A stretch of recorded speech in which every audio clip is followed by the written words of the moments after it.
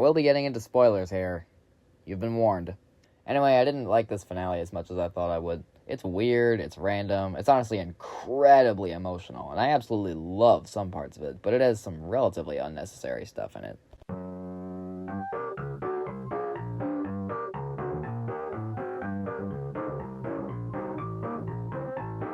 Okay, so it starts out great. Jax gets madder than he's ever been and shoves Kinger, which actually kind of scared me. Then Kinger teaches everyone to conjure, and they start rebuilding, all that. But then something truly odd happens. Jax abstracts off-screen and is seen running around the circus. It's so jarring that at first I thought it was one of the other abstracted circus members who had somehow escaped from the cellar. Everyone's reactions are good, no one does anything out of character in this episode, but the things happening around them are honestly just really random, if that makes any sense. Like, I think we all wanted to see Jax finally face the consequences of his actions and abstract because of them, didn't we? I heard one opinion say that it was supposed to show the indifference that the circus gives its denizens, and that the circus and the program running it just doesn't care that Jax is the most complex character in the circus. He's abstracting. I guess that's kind of effective that way, and it does force the rest of the characters to think about him in a less negative light. Pomni and Regatha especially have a really nice heart-to-heart discussion afterwards. Then comes my favorite part of the movie. Pomni finds abstracted Jax and gives him a hug. Then she goes inside his mind and things really start moving. She sees every aspect of Jax that pushes to extremes depending on the situation. And finally, what made him the way he is. We get to see Kaufmo and Rivet being great friends with Jax and each other.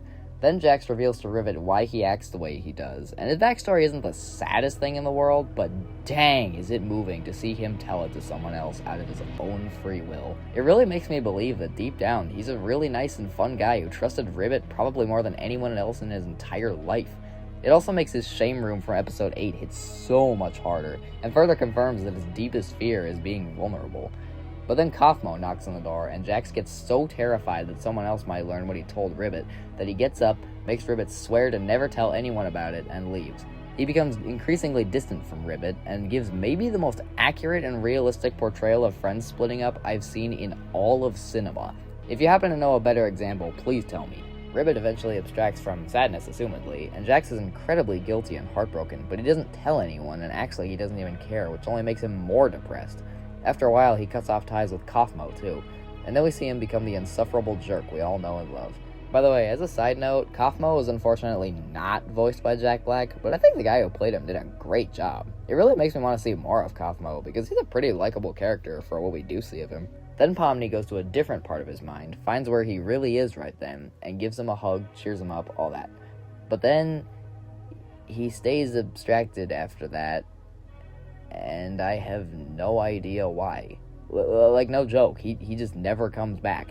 I guess maybe it's to give him a proper punishment for being a jerk to everyone, but I feel like he's not really a jerk anymore after he learned that being vulnerable is a good thing. I guess the whole thing with Pomni was meant to show that he's still in there somewhere, but if he doesn't unabstract afterwards, then what's the point? What did the journey inside his mind accomplish? I don't know, this whole Jack storyline feels kind of half-baked to me, and I still really like it, but it's flawed.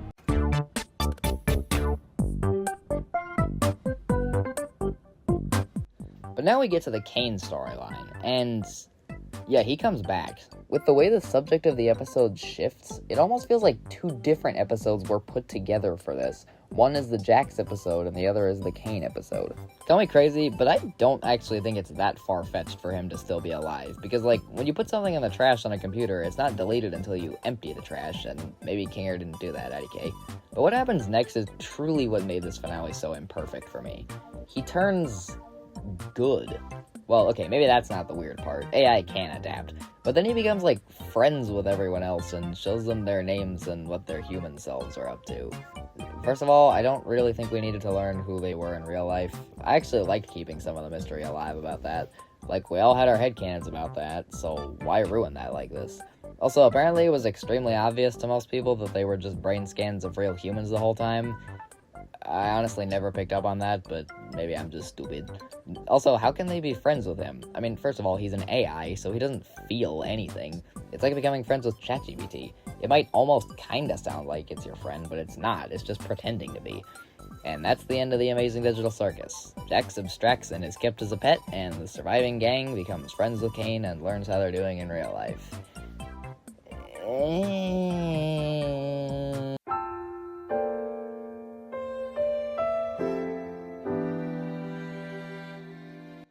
Okay, so this finale isn't that bad. I really cannot stress enough how good the stuff inside Jax's mind was, even if it didn't really go anywhere. And the Kane stuff isn't too bad, but did I mention the mountain of unanswered questions we still have?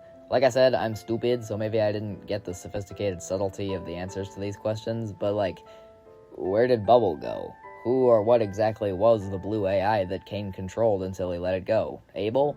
Is Kinger just sane all the time now? Why did the circus brighten back up after the gang fixed it?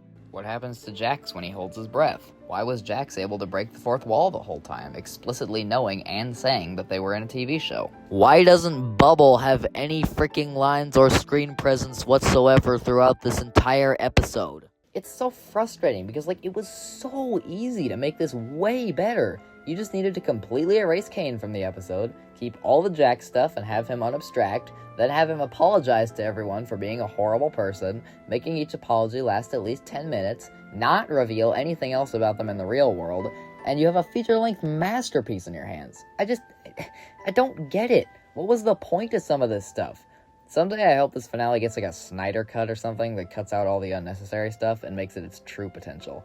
Anyway, I'm giving this finale a 7 out of 10. Heavily flawed, but also like a pretty decent story that just happens to have some random and unnecessary stuff in it. Oh yeah, the animation was great too, but I still kind of think the visual style of this show peaked with episode 6. Sue me.